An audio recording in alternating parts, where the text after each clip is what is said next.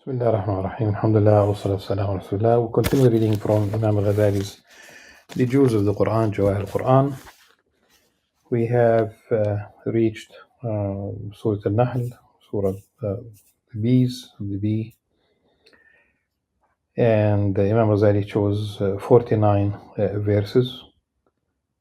And when he chooses these verses, of course, these are the jewels.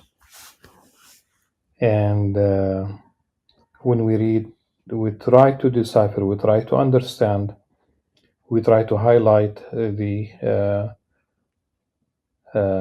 it's an attempt to find out why Imam Ghazali chooses these verses as jewels. Of course, the whole Quran is a book of guidance, and everything in the Quran is the word of God, and it does serve a purpose. But Imam Ghazali is trying to highlight the specific verses. We have reached verse 14 in our reading of this particular surah, so we'll read it and continue beyond that, inshallah. So the very last verse, I think, وَهُوَ الَّذِي سَخَّرَ الْبَحْرَ تَأْكُلُ مِنْهُ لَحْمًا طَرِيًّا وَيَسْتَخْرَجُ مِنْهُ حِلْيَةً تَلْبَسُونَهَا وَتَرَى الْفُلْكَ مَوَاخِرَ فِيهِ وَلِتَبْتَغُوا مِنْ فَضْلِهِ وَلَعَلَّكُمْ تَشْكُرُونَ. He it is who constrained the sea to your service. Of course, this comes in the before that it was the land. Before that it was the universe at large. So the universe, the land, and now the sea. It is he who constrained. It is he it is who constrained the sea to your service, that you may eat fresh flesh from it. لحما طريا, fresh flesh. Okay, even on land you might have fresh flesh if you slaughter an animal. But what's in the exact wording is طرية. طرية. Basically, it is tender. The fish meat is tender, طرية. This is why you could have basically sushi with fresh, tender sea, basically fish, but of course other things as well. But when we talk about لحما طرية, it is the fish. Well, compared to beef, and I'm not going to go into details, but it's a لحما طرية. It's obvious. It takes a couple of minutes to cook versus long time for beef or other things. And not only tender meat, fish meat, also ornaments, and may take out from it articles that you wear as ornaments. Pearls, lu'lu'. You see the vessel blowing through it, that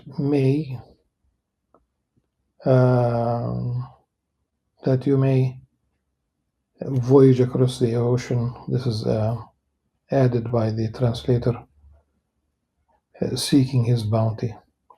Seeking his bounty meaning by commerce, sea commerce at the time, and that you may be grateful. Well, we still with all these large quantities of food, of cars, and what have you.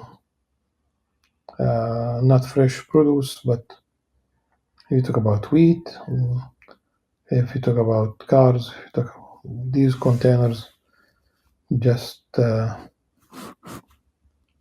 and some of these ships are now, they are massive. They are massive. He has set, his bounty by commerce, and that you may be grateful He has set in the earth fair mountains, lest it shake with you. They are like pigs fixing keeping the earth in its place, not the globe. We talk about literally the earth, and has made rivers and tracks that you may find your way. He has set other marks by these, and by the stars the people find their way.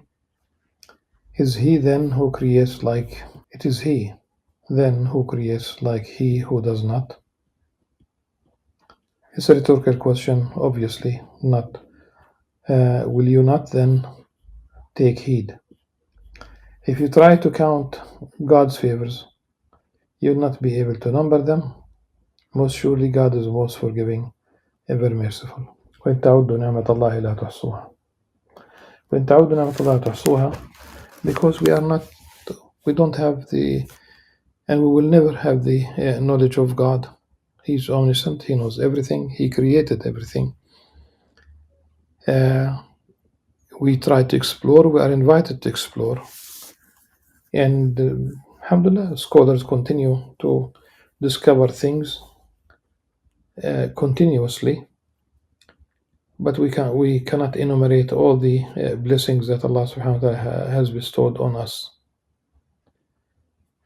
Nevertheless, one should attempt not to enumerate in the absolute sense, but should attempt to think about these gifts from Allah subhanahu wa ta'ala, these ni'am, this grace from Allah subhanahu wa ta'ala. And the companions of the Prophet sallallahu alaihi wasallam used to gather and enumerate the ni'am. Today in the field of psychology, they keep saying that just try to be grateful. Be grateful. Before you go to bed, be grateful. They don't say thank God. They don't say, just simply be grateful, which is okay. It's not in the absolute sense, but at least being grateful is much better than being a chronic complainer. If you are complaining, it means you are living, and that's much better than not being alive, and that's a blessing. You have been given another day, utilize it. And there is so much beauty out there. There's ugliness, but it's are you looking at the part of the glass that is empty? Aren't you willing to see the full part, or the part that is the other half, if you will? It's the perspective, it's the meaning. God knows all that you conceal and all that you disclose. Those in whom they call apart from God create nothing, but are themselves created. Lifeless, not living. They are lifeless, not living. They are not aware when they will be raised up. Your God is one God. The minds of those who do not believe in the world to come are strangers to truth, and they are arrogant. Without any doubt, whatever God knows, that which they conceal and that which they disclose. They have created these gods.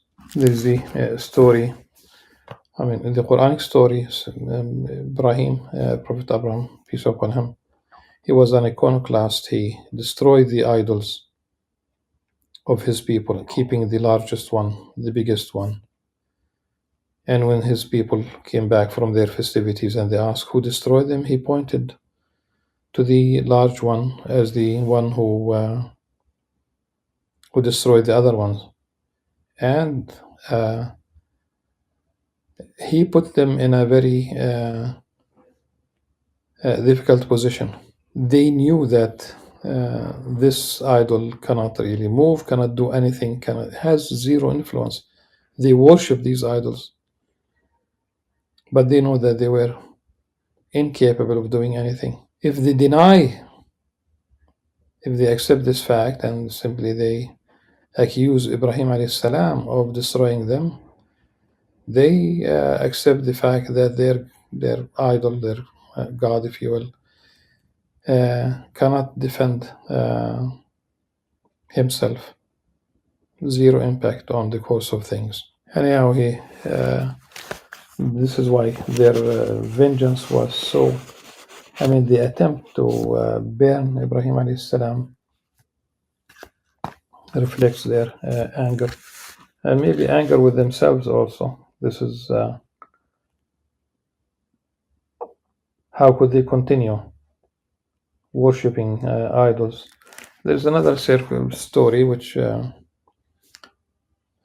is I don't think it's really Islamic in its origin, but nevertheless, the story goes that someone came to buy an idol, and Ibrahim alayhi salam was there, and he asked the man, "How old are you?" Let's say that he said he was 80 years old.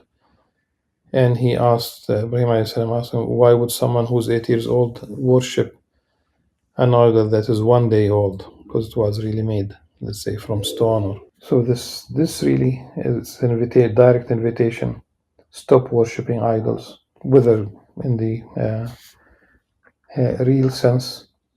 People are nowadays just simply trying to be pluralistic or cultured. I don't know what is it, but they are open to some of these things. The loss of direction, that's what it is. Your God is one God, no incarnation, no partners. God is eternal, nothing is like unto him. The moment you portray God in any form, you are making a big mistake. That's not really God. Someone, a British who immigrated to the United States, and he works in education, mentioned a story about a girl in Britain who her teacher, very young, the teacher asked her, "What are you drawing?" And the girl said, "I'm drawing God." And the teacher said, "But no one knows how God looks like." And the girl responded by saying, "Now they know," meaning that by drawing, she is really representing God. And people burst into laughter. But this is a very serious issue.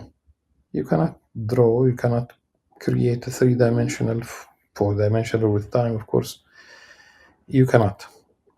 And you should question yourself if you have an idol, any representation of God.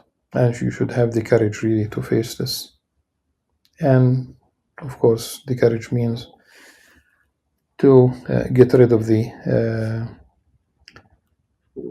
idol and turn to the one and only true God. Have they, that is the believers, despite their humiliation, not observed that the shadows of all things that God has created move from the right and from the left in submission to God? Whatever is in the heavens and whatever creature is in the earth, and the angels also,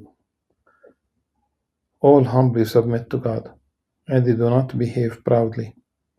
They fear their Lord above them and do that which they are commanded. God has commanded, do not take two gods. There is only one God, so fear me alone. To him belongs whatsoever is in the heavens and the earth. وقال الله لا تتخذوا إلهين اثنين إنما هو إله واحد فإياي فارهبون. To him belongs whatsoever is in the heavens and the earth, and his is the true religion forever. Would you then keep duty to any other than God? Whatsoever bounty you have is from God. Then, when distress afflicts you, it is to him that you cry for help. Then, when he removes the distress from you, lo, some of you ascribe partners to their Lord, thus denying that which we have bestowed upon them. Well, then enjoy yourselves for a while.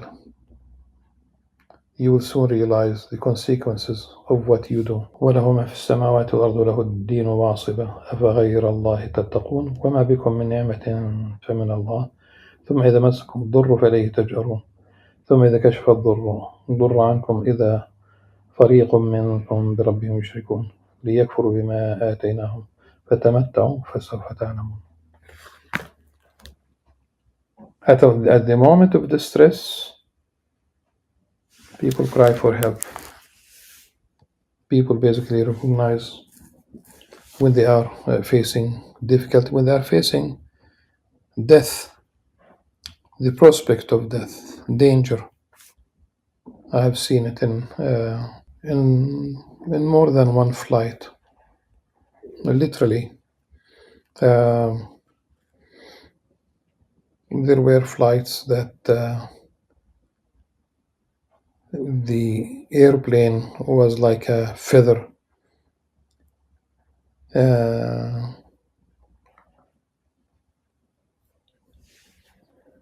Blown by the wind off its course, and in one flight from Johannesburg to Durban, the flight attendants remained seated throughout, and it kept shaking throughout. And there was a family on the row where I sat, and one of the girls told her father, "Mommy is praying." Of course, she's praying. There, until basically landing, it kept shaking, the turbulences. So people at the moment of distress, they cry out for help. They ask Allah subhanahu wa ta'ala. Then once they are safe, they become forgetful. Even the believers, they have intense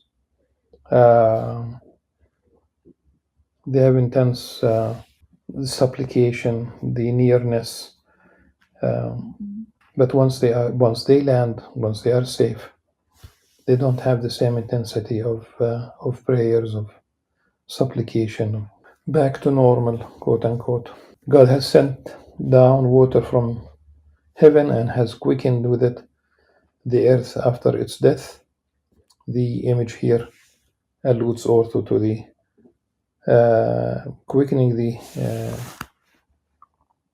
earth, فأحيا به الأرض بعد موتها, reviving the dead, so the land becoming green. But there is a certain it alludes to also the day of judgment. One should see in these seasons, you have spring, life, beginning of life, or life again. This cycle, you have summer, you have autumn, yellowish leaves, yellowish pale skin before death, winter. This is not a gloomy picture, but what's going on, the leaves fall. There's certain kind of death, then reviving that again. Most surely is a sign of course, of inserted here in brackets, of God's existence, power, and wisdom for a people who listen, of course, to the truth. There's indeed a lesson for you in the kettle. We provide you with a drink out of that which is in their bellies, milk. Today you have so many people who speak against drinking milk, adults drinking milk. Everything in moderation, which is in their bellies, that is from between the feces and the blood.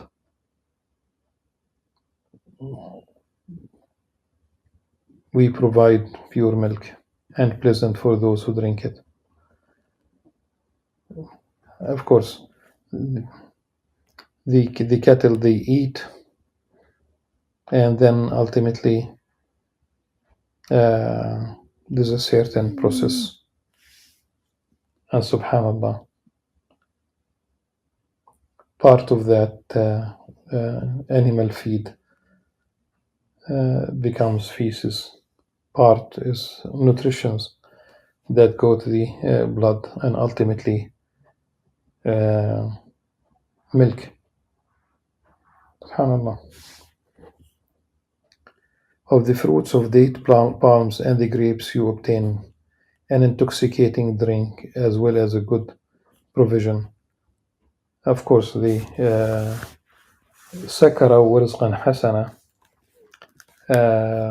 the prohibition of this reference to what people do. It's not that the law is very clear. Wine is prohibited. Wine is considered the mother of all evil, if you will. The prohibition was gradual, and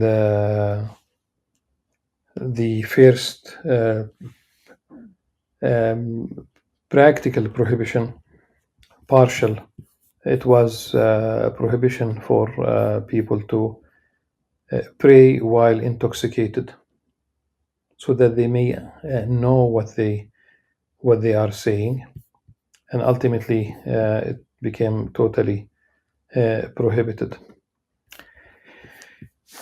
I think it's a good place to stop, because we need to deal more with with this issue. I did refer previously to the